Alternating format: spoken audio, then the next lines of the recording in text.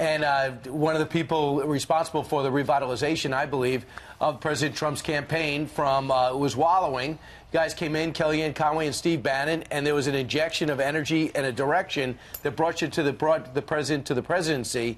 How hard has this been for the last 48 hours for you, David Bossie, and how unexpected, if at all, is it that Steve Bannon would turn in this way on President Trump?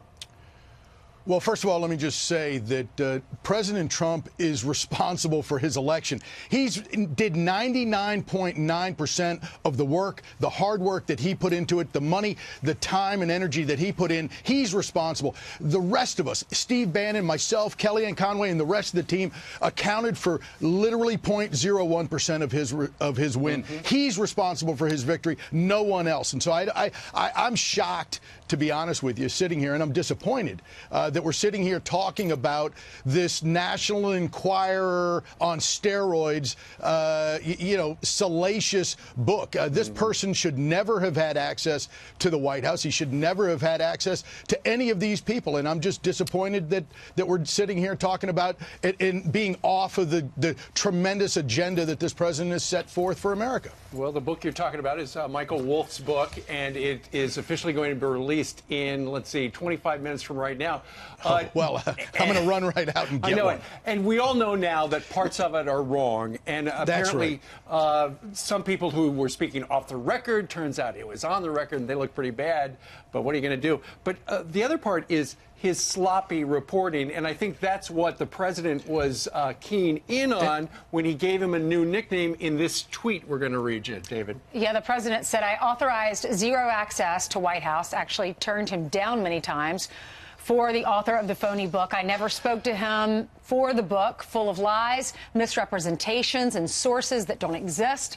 Look at this guy's past and watch what happens to him and Sloppy Steve. Now, he was on another network, David, earlier this morning, saying that he did talk to the president, that everything was on the record.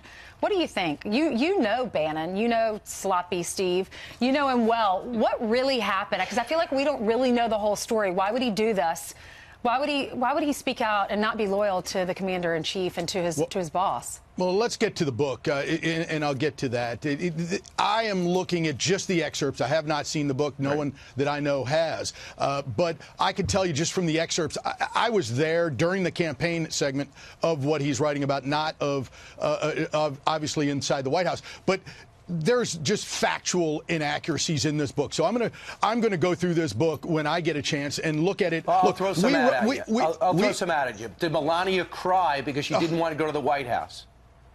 That's so outrageous. I was standing there with the Trump family on election night, actually the morning after, Wednesday morning at 2 a.m. when Kellyanne Conway got the famous phone call to call the election for then President-elect Trump. And Melania, like the rest of us, was ecstatic that her husband had just been elected the 45th president of the United States. There was no tears. It's an outrage that this person would stoop to such a level to write just trash, and that's what I think it is. The president didn't want to win?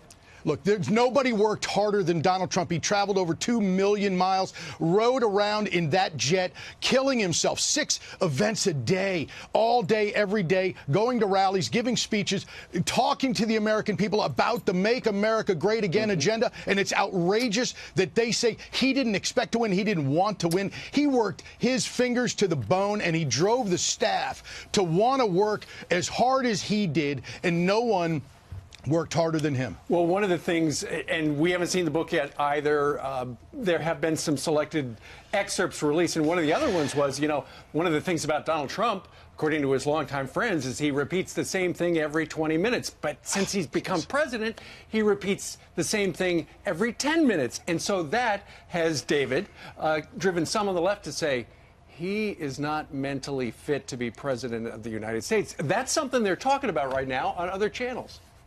The Democratic Party, the leadership of the Democrats need a mental health evaluation themselves. Look at Nancy Pelosi, Chuck Schumer. These folks are living in la-la land. This president, with his agenda, has been making America great again since his first day in office almost 1 year ago. And if you look at the numbers, you look at ISIS being killed on battlefields across the Middle East, if you look at our economy, if you look at what America has done just since his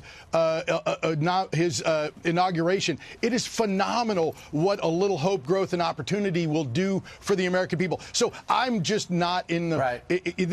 This president talks about anecdotal stories, much like Ronald Reagan did, and they're treating these two presidents very similarly. They said these things about Ronald Reagan, and they weren't true about him, and they're not true about Donald Trump. The thing is these aren't enemies. This is Katie Walsh. This is Steve Bannon. This is Mike McMaster. This is Gary Cohn saying things forward. But I got to ask you this, David. Would you ever work for somebody that you thought wasn't mentally or emotionally up for the job?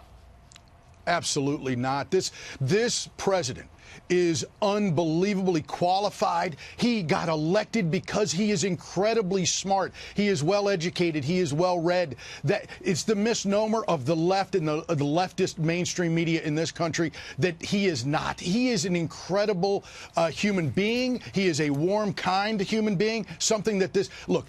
I'm not here to sell my book, but in our book, Let Trump Be Trump, we talk about those sides of President Trump. And I urge people to go out and read, the real firsthand account about him.